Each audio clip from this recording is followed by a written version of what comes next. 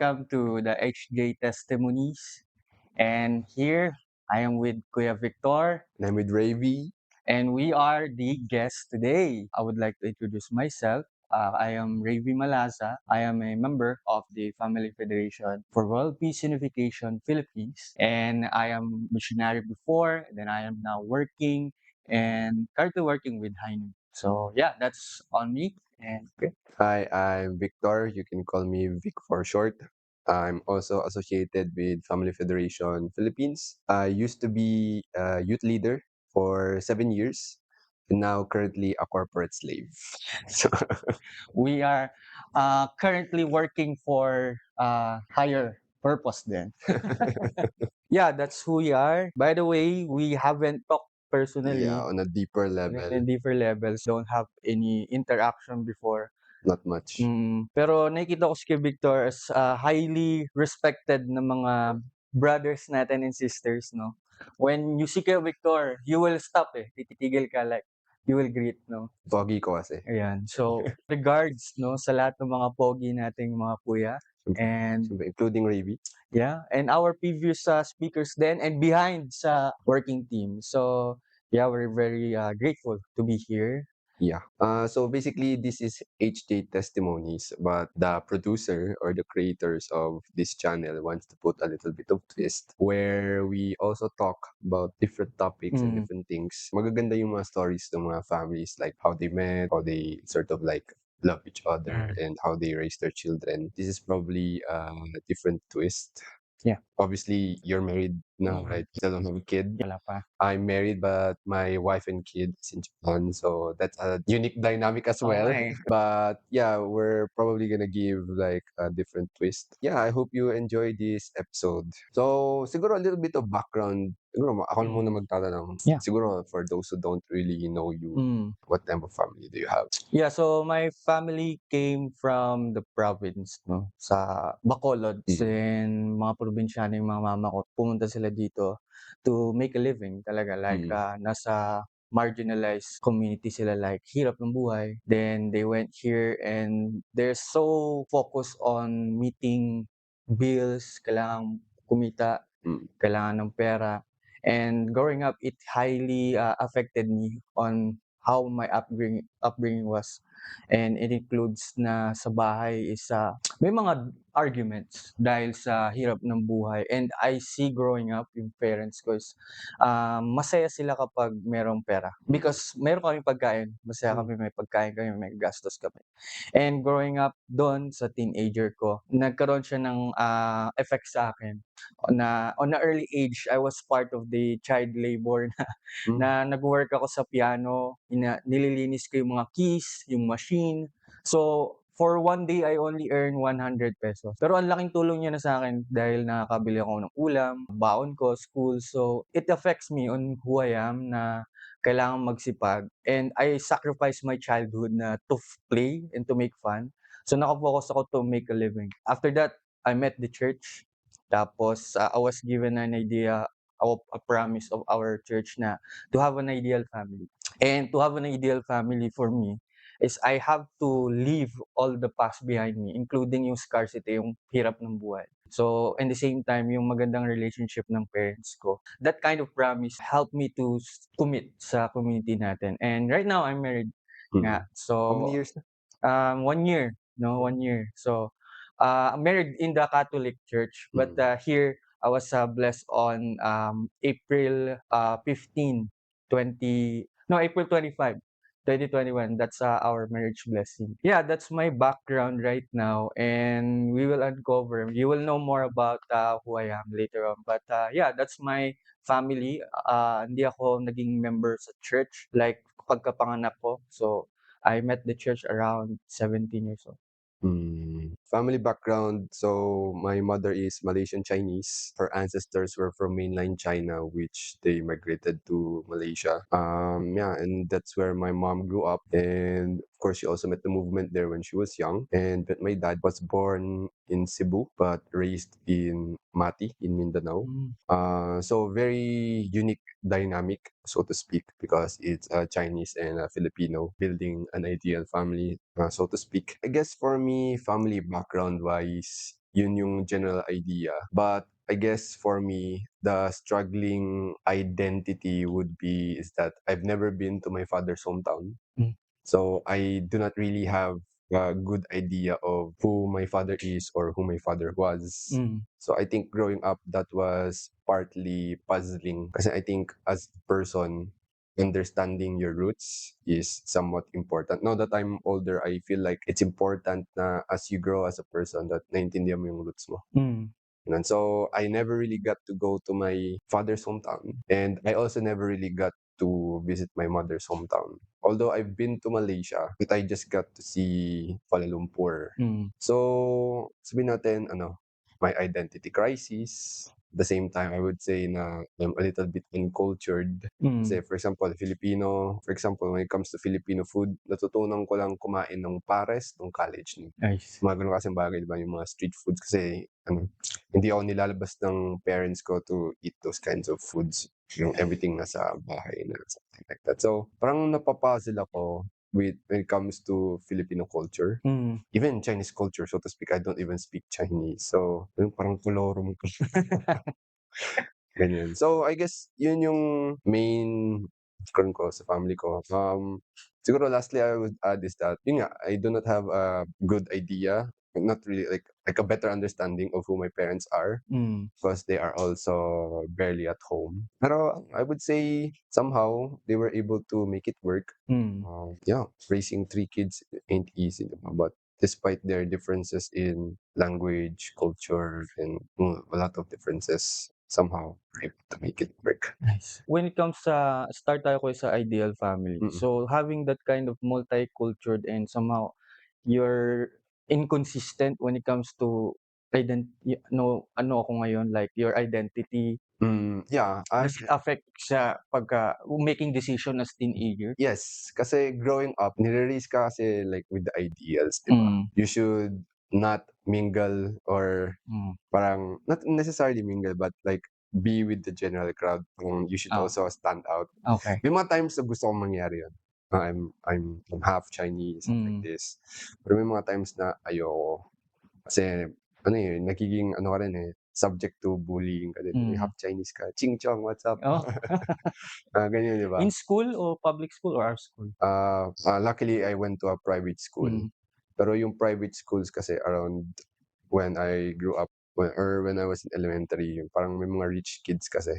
So parang, yun nga, although sabihin natin, like I'm half Chinese, half Filipino, some would say na, "Uy, mapera kayo 'no, kasi Mm. half ka." Pero I wouldn't say na hindi kami nakakain ng 3 times in a day, pero parang my parents would always say na, "We just have enough for eating," ganyan. Mhm. Pero hindi ko naman naramdaman na sobrang nagkulang yung parents ko in providing. It's just that I feel like there are times na I wanted more but they could not give. So medyo spoiled ako, I would say, gano'n. So ayun, you're in a parang naiipit ka. Mm. Kasi ayaw mong makihalubilo masyado kasi baka maimpluwensyahan ka. Pero at the same time, gusto mong mag-stand out. So, Nice. nagiging difficult yun na to navigate, I would say. Nice. So, the reason why I ask kasi for me is hindi naman single lang yung culture ko, eh, like, Hmm. probinsyano kami nasa Manila na kailangang magkaroon ng magandang buhay. So, growing up is parang gusto ko mag-join ng mga field trip, Hmm. gusto ko mag-hangout, pero I was limited on resources that it stopped me for expressing my thoughts, my feeling kasi always money yung nag-stop Hmm. sa'kin. So, somehow it's difficult din kasi nga connecting to an ideal family. Ang question is, so to have an ideal family, does it mean that you have a amount of financial security, financial resources? I would say yes. Mm. Kasi dun pumapasok yung word na ideal, eh. Hmm. Kasi 'pag sinabi mong ideal, gusto kong maging katulad nila. Mm. 'Di ba? So, let's talk about fitness for example lang muna, 'di ba? Ayoko rin gamitin kasi yung term na perfect. Mm. Kasi makikita mo yung mga bodybuilders, they're building the ideal body, Mm. 'di ba? So, kung they have six packs, they have muscles, I want a body like that, Okey. 'di ba? So, 'pag sabihin kasi nating ideal family, kumbaga not necessarily pero parang nasa iyo na ang lahat. Hmm. Loving relationships, like a nice house, like a nice car, kaya nga ideal, 'di ba? Mm. So, I would say pasok pa rin yung monetary dun. So, yun nga, hindi ka matatawag na ideal family 'pag wala kayong mga bagay na. So, ano rin, sa mundo ngayon of social media, people would look at influencers, Hmm, so to speak. Like, siguro in the Philippines, si Kong TV. hmm. Shout out to Kong if you're watching this. Sa papa, Payaman. His family in the beginning was not really ideal, 'di ba? Hmm, Kasi parang like the typical Filipino family is like borderline, let's say poor, 'di ba? hmm, Walang like lack of resources. But when he found a way na to make money and then he was building his own, like now he has a kid, he's married, 'di ba? And then he was able to bring his siblings with him na oo. napayaman niya din. Sumikat din siya. Yung mga kaibigan niya na super close sa kanya, naging mayaman din. Hindi ba parang gusto mo rin maging gano'n? Hmm, Na kaya kong dalhin rin yung mga tao sa paligid ko at gawin silang mayaman and naiimpluwensyahan mo rin yung ibang tao na maging katulad mo, mm, 'di ba? So, that's why papasok talaga yung ano, yung isang bagay na rin, ayan, 'di ba, monetary sa idea, hmm. 'di ba? Yeah, yeah. Kasi, again, bakit ko tinanong ulit yun kasi since I'm working with Hainan it's a new thing for me to engage with second generation members Mm, kasi nag-grow ako with first gen. mm, Then the more I do workshop, tinatanong ko anong pangarap nila sa buhay, anong gusto nila, maging doktor, maging engineer, teacher, but overall ang sinasabi lang nila gusto nilang maging mayaman. mm, And sinabi ko sa parents nung isang bata na, "Uy, gusto po ng anak niyo maging mayaman." And, I'm really curious what's behind of those things na pagiging mayaman. Maybe na merong childhood memories like they are having a struggle when it mm, comes to the things that they want, the things that they want to pursue, nalilimitahan sila ng financial. So, I think, it really needs for their parents to have a deep conversation na mm, their parent chose this path tapos especially when their parents are missionary, they want to offer to be a missionary as well. mm, Pero etong mga batang 'to gusto nilang maging mayaman, hindi dahil gusto nilang pera but maybe they want to avoid those kind of circumstances sa hmm. family nila. Na gusto nila na hindi nagtatalo si nanay tatay. I'm not sure, hindi naman lahat siguro. I would say Oo, majority. majority 'no. Oo, So yun, sabi ko I want to, let them know na I want them to acknowledge that it's fine na mag-pursue ng hmm, financial, goal. Hindi naman yung obsessive but it's enough. So, for me that's one thing 'no, financial security which is pera. So that's why also want to establish a good amount din para rin sa children ko. tama din naman. Dito kasi sa Pilipinas or maybe just people in general, it's not easy or comfortable to talk about money. Kasi even though sometimes you may work 8 hours a day, pero yung amount na that you bring in is not enough depending on what kind of work you do, 'di ba? Mm, That's why it's very uncomfortable to talk about it because, it's situational. One could be you see your parents working very hard, mm, nahihiya kang humingi ng pera sa kanila mm, kasi grabe na yung effort na ginagawa nila. Two, tawag dito, parang as a parent, nahihiya kang sabihin sa anak mo na wala kang maibigay although you're giving your best. So, mga mm, ganito klaseng situations, 'di ba? I feel like there should be more talks mm, about money because I feel like through the years or generations, normally one person is just shouldering mm, all of the burden of trying to provide for the family. Pero sa panahon ngayon, it's not the case anymore din kasi. So, sabi nga nila, two heads are better than one mm. and like more people who like more heads that think can probably solve the problem. Yeah, But it's always situational, 'di ba? situational. So, yun, hindi papasok yun kung gusto mo paraan, 'di ba? Mm. Okay, so financial is, pasok siya 'no, so when it comes to ideal family. Sapat, maybe enough, that's a good start. I think you should start with sapat and then Sapat. from if you could meet your needs, then you start to grow. Okay. 'Di ba? You need to start somewhere. Maybe we could once you're successful, like you have amount of resources, you can give jobs Mm, din sa mga members natin or maybe non-members. Yeah, that's, how ideal family when it comes to financial. Let's jump naman kuya let's go in, communication. mm, Okey na ba dun? Let's jump on that. Kasi ang goal natin is how family shape the world. mm, Pero I think it's not good to start on the world, but to start on the family talaga. mm, Kasi it creates ripple effect, eh. mm. How does communication should work in a family siguro from your point of view?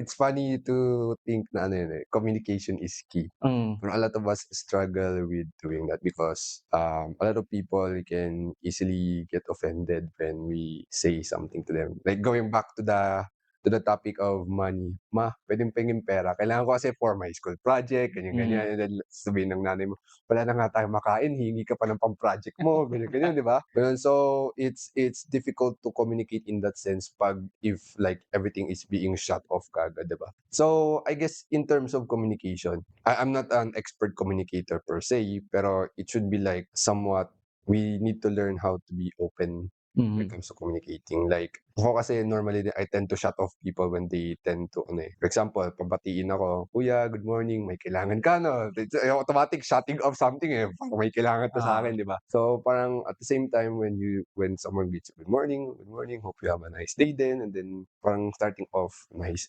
So, I think it's a skill that people needs to improve. I'm also trying to improve on that kasi I really get a lot of feedback that I tend to shut people off when they try to communicate with me like, "Kuya, ang pogi-pogi mo, stop saying bad words." Parang gano'n sinasabi ko. So, I guess in the family kailangan din 'yun, and think we should be also open na when we intentionally or unintentionally may hurt someone when we communicate, matuto rin tayong mag-apologize. I guess mm, that's also part of the communication things that needs to be learned. I guess yun lang yung basic observation ko when it comes to communicating. mm, There are different ways of communicating, I would say. Pero I guess learning the right ways mm, to communicate.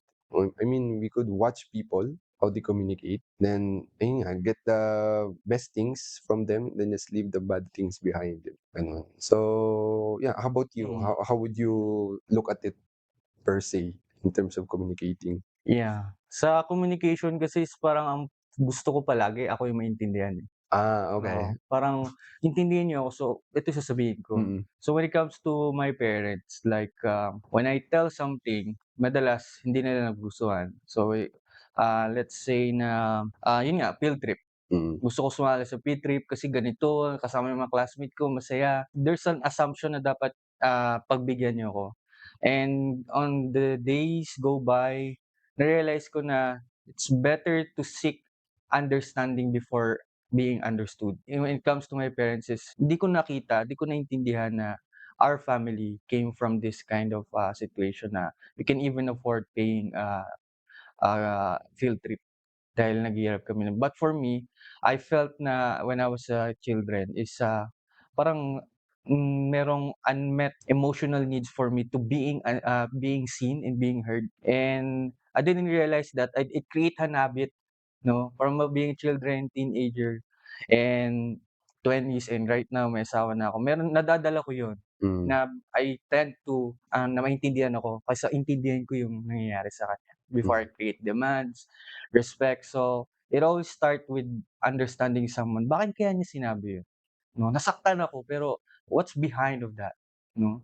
And may mga tao din na it's not easy for them to trust a person. I mean ako, I tell them na on my job I'm working with, porn recovery, but it's not easy for them to trust me mm, kasi nga there's ongoing sa past nung brother na yun, nung sister na yun na that makes them realize na we should not trust anyone, a mm. figure or authority.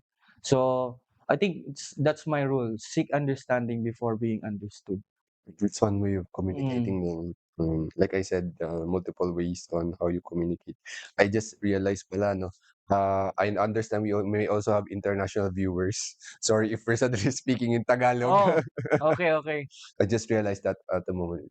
Since we're talking about communicating, Yeah. we're communicating with our audiences. Sorry, So guys. apologies.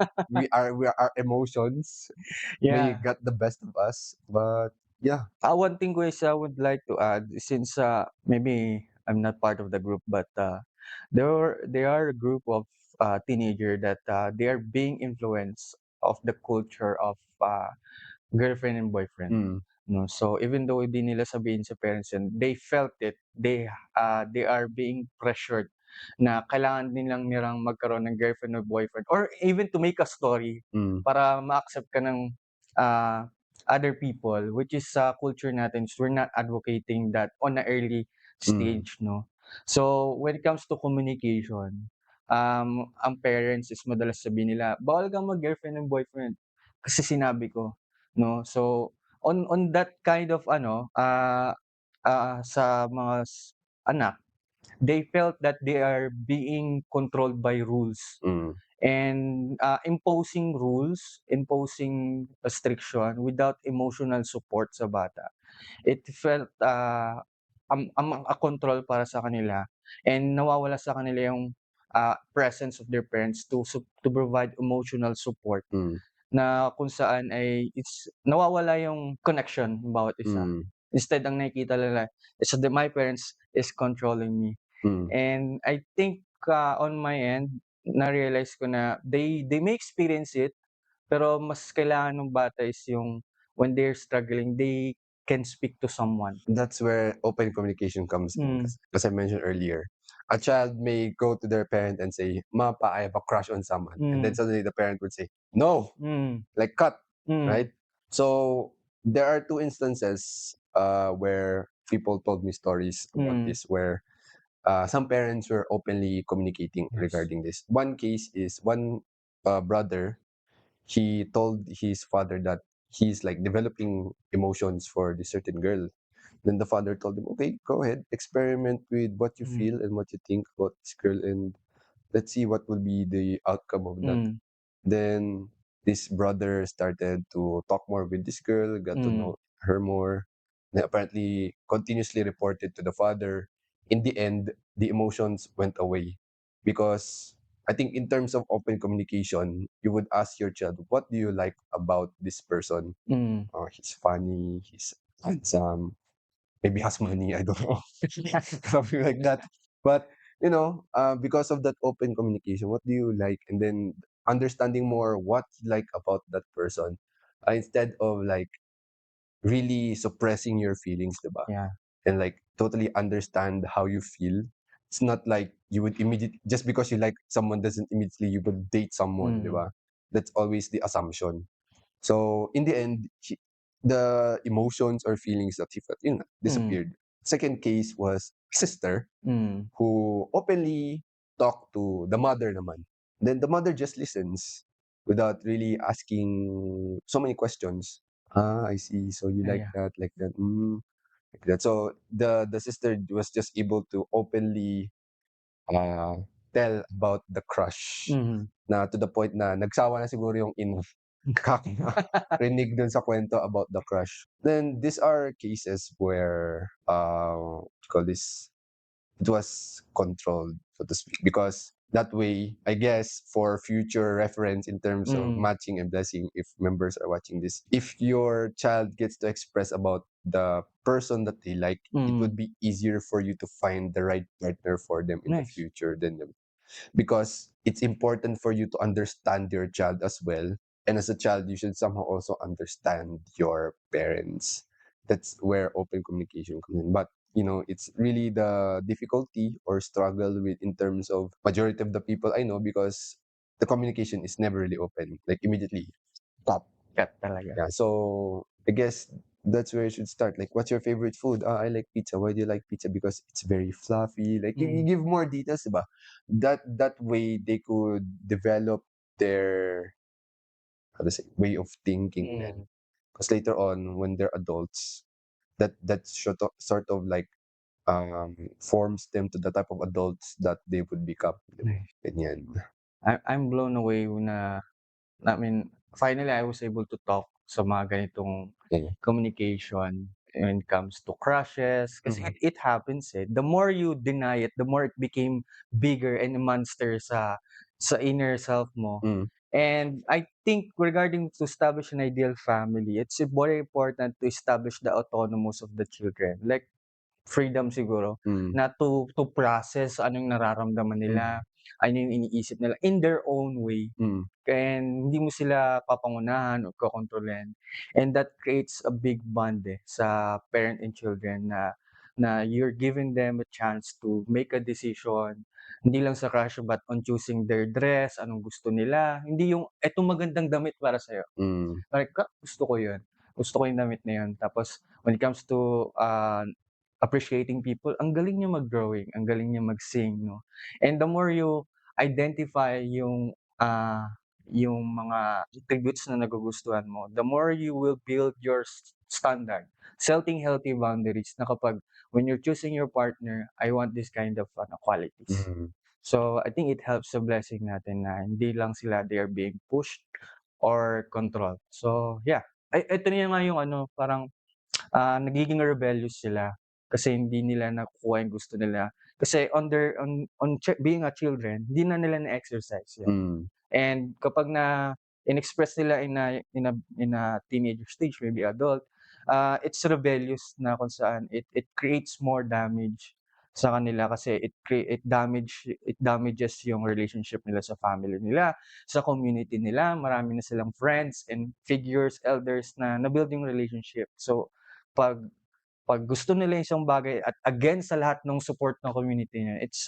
detrimental and it disrupts yung identity nung bata na, you are blessed children and you deserve to be loved and you have the full support ng community. If you want to be an engineer, if you want to be a blogger, content creator, so something like that 'no. well, it's not necessarily the parents' fault then, I Mm, would say, because you would tend to realize that our parents, their parents were also like that yeah, because the lack of resources back then, how to be a better parent, how to be a better partner. But now in the age of the internet, you could find any kind of content regarding that that would resonate with you, di ba? So yeah, this is probably the best time mm, then to really learn, like sort of like outside of your comfort zone or outside of your bubble, mm, and get the best things from that and just leave the bad things, diba? mm, That's how you improve as a person, so to speak. So yeah, so we've talked about finances, we've talked about communication. Well, pasok pa rin yung relationships doon. mm, How does family shape the society? I guess that's pretty much it, 'di ba? Like if you see that they have good communication, then they have good finances, like standing, then like people would really want to be someone like that.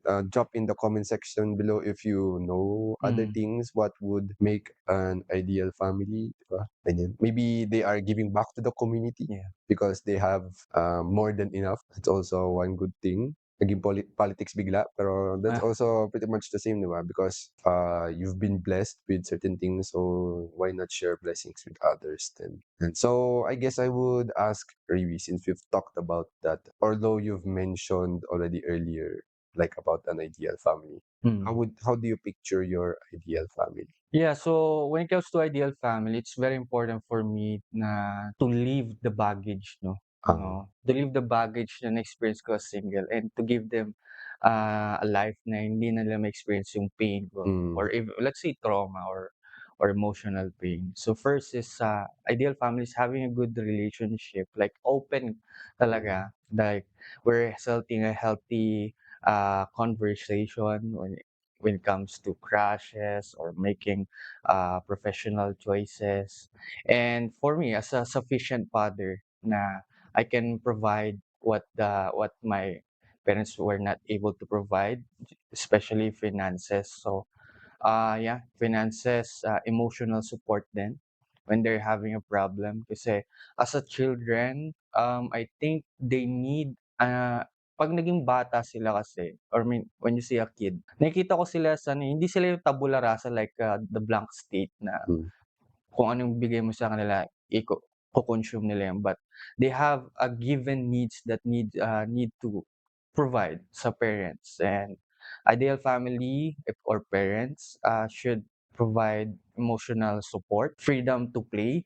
I think it's very important for them to search the world and they need to express their emotion siguro. mm, Kung galit sila, masaya sila, hindi yung pagkabata umiyak, "Tumigil ka, 'wag kang umiyak." 'No? So, parang ang nangyayari kasi sa kanila, parang 'pag tinigil nila yung iyak nila, hindi nila ina-express yung sarili nila to the point na para matanggap ko ng mama ko, papa ko, kailangan di ako umiyak, mm, 'no? Pero on the other hand is parang they're suppressing their emotions. Somehow it affects our body, like nagiging tense yung mga katawan natin, nanginginig, bumibilis yung heartbeat. So, I'm worried about my children kung hindi nila ma-express yung emotions nila. Kasi, it will create an habit na sa bahay, even sa school, you have such, idea sa school na hindi mo puwedeng sabihin kasi magagalit yung teacher or even sa community. So, I think they have to exercise their own, freedom to express their emotions and thoughts. Yun lang yung para sa'kin when it comes to building an ideal family. It's ano 'no, ironic kasi sinasabi ko 'to wala pa akong anak and, it's a challenge for me kasi kaya that's why I really want to commit on this, community or even this podcast kasi I am worried about my children if they will, go against me. Mm, Who are the people that they can talk? And they need someone that can tell them that your father really worried about you and wanted to create a community. And if I may not able to provide, I'm really sorry, but I hope people will remember what we are talking para pabalik siya sa identity niya or community niya. Connections very important. How about you, Kuya Victor? um, it's sad to say these things na I'm married Mm, and have a 2-year-old daughter, and I'm in the process of really trying to understand myself and as a man, as a father, as a husband. Yeah, so far, I guess one thing that opened my eyes is that the world of working is necessary, mhm, and I feel like it felt so late that I was exposed to that because there was all these fears that I would be influenced by either dating, drinking, mhm, drugs, cheating. Then these are the normal things that you would hear in like a corporate setup, no matter what mm, kind of industry you are in. Pero so far in my experience, I guess I think the world has changed a little bit as well. People are open to that. You do not drink, you do not cheat. mm, Nasa sa'yo na lang yun if you don't want to do those things. So my encouragement to young people, if you want to really establish like an ideal family in the future, you know, when we talk about finances, you should really think about. Of course, it's nice to have a high-paying job, mm, but it's also important to like if you want to get to the finances that you want in the future as an adult, you really need to start somewhere because not everyone is like fortunate enough to be in the work or industry that they want. Somehow I've learned to enjoy what I'm doing. There's little frustrations, but yeah, still learning. So that's on the finance side. But as like in terms of relationships with my partner, with my family, this is me being completely honest. It's really, really difficult because it's somewhat similar to what my parents had to go through, where they are different culturally, also language wise, and like how they were raised. So of course, in the past few episodes of HJ Testimonies, there are stories that, of course, they struggled, diba?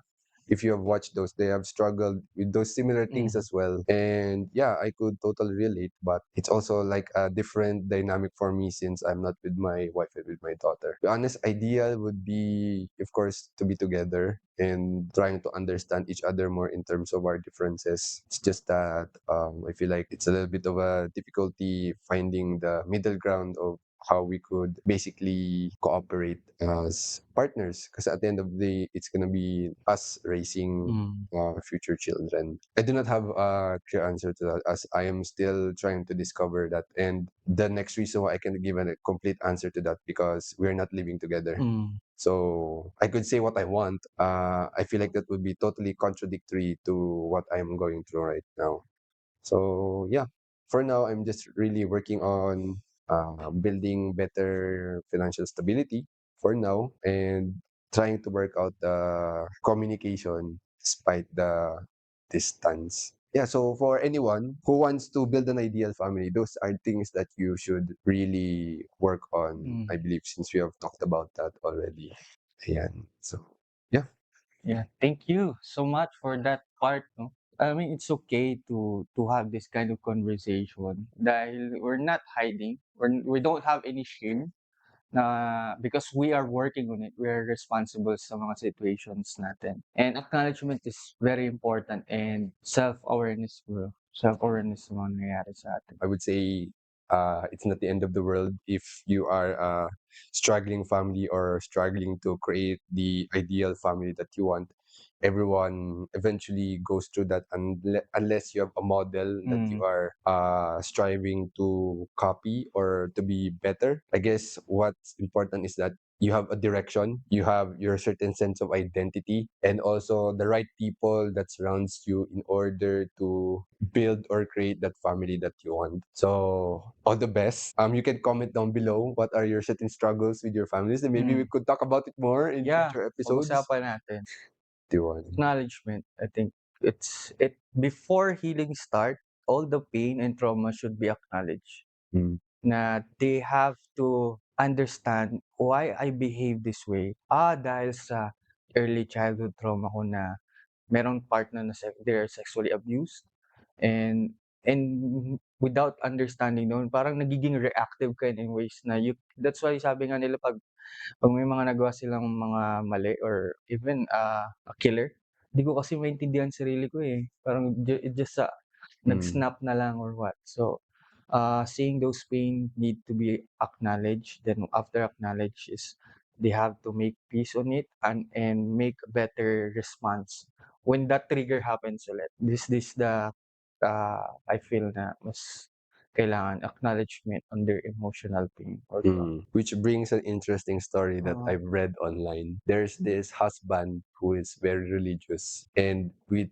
each and every mistake that he did, people judged him, his wife, his kids, his pastor. Then he one day he couldn't take it anymore.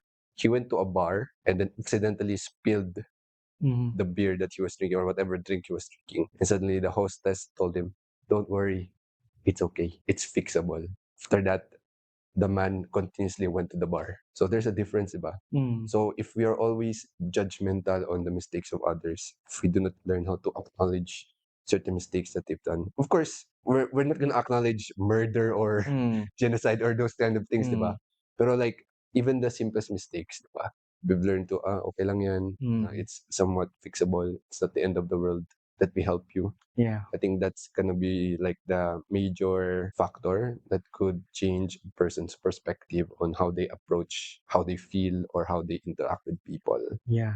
Grace 'no, like Mm, giving grace to someone, like, parang sometimes kung sa human's perspective, grace is limited, eh. mm, Like nakakapagod magpatawad ng patawad, pero 'pag when you include God or Heavenly Parent na as an infinite love towards people who have committed mistakes or even under addiction, yun na nga pornography, alcohol, gambling addiction.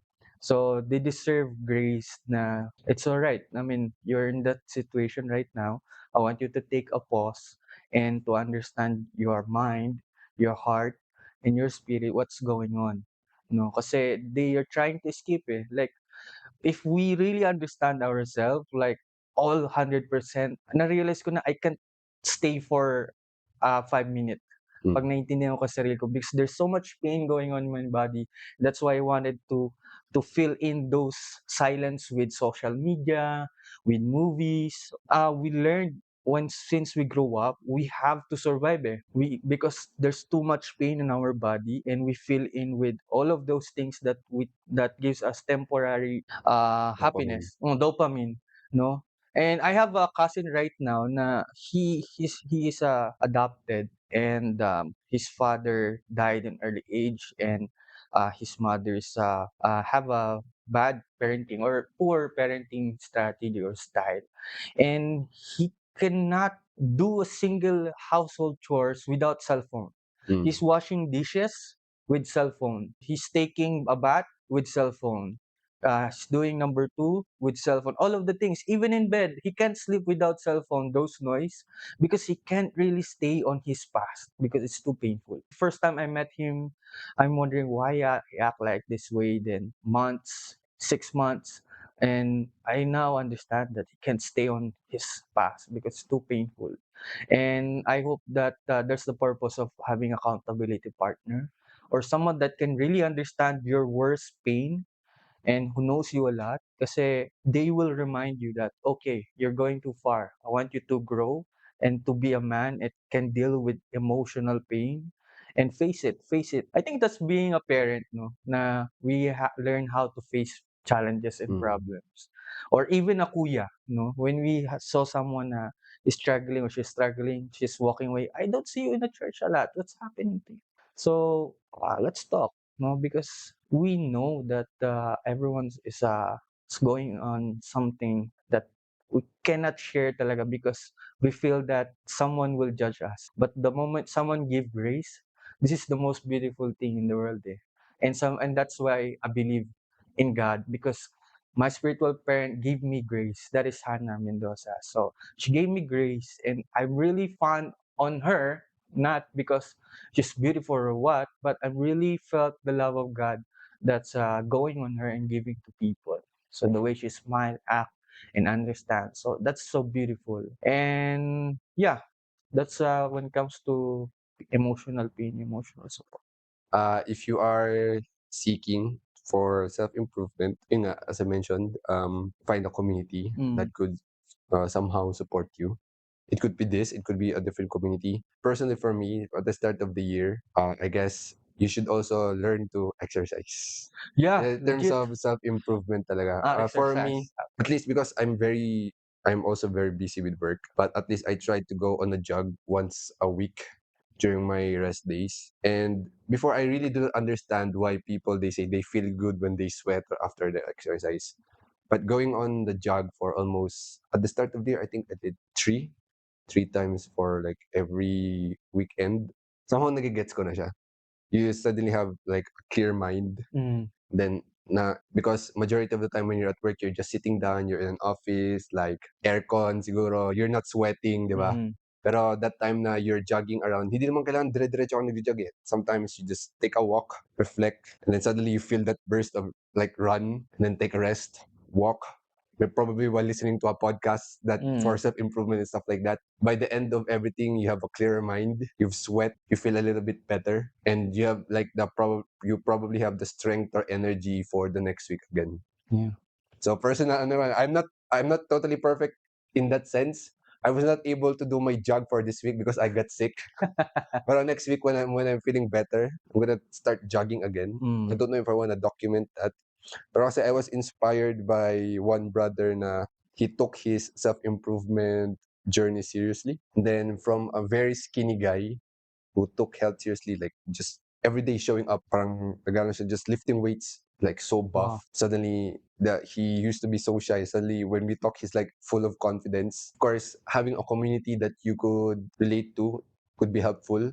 But that also makes you dependent on that community for you Mm. to improve. But if you want to somehow take it to the next level and become independent in your growth, I guess the start would be start taking a walk, Yeah. reflect on your life, Walking. and then write those things on like a notebook, probably share it with other people, because at that time you're not only inspiring yourself, you could be also inspiring others because you're changing your life and potentially changing the life of other people as well. I don't know if that's totally related to this topic. I just wanted to share it or put it out there because although I'm not necessarily fit at the moment, ang sarap lang sa feeling na Mm. ganun pala yung feeling ng mga nagwo-workout. I hate pain actually, but going to those jogs and walks somehow makes me understand myself a little bit more. Mm. So if you are in the process of trying to understand your identity as a person or what you want to do in life, it will be very difficult talaga kasi I do it in the morning. Nakakatamad bumangon in the morning. But when you take that first step and you go to that place where a lot of other people are jogging and you see, they're doing it Mm. for not only probably for themselves, but also for the family, you would tend to do the same.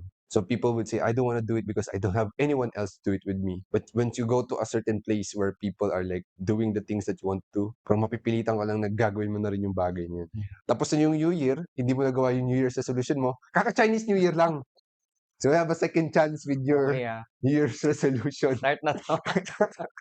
Anyways, yeah, so this has been a fun Mm. conversation. Hopefully more to come. Mm. This is our first official conversation with Yeah. Ravy, and Nice. hopefully we could expand more in the coming episodes. So if there are things that you want us to talk about, feel free to comment down below. Mm.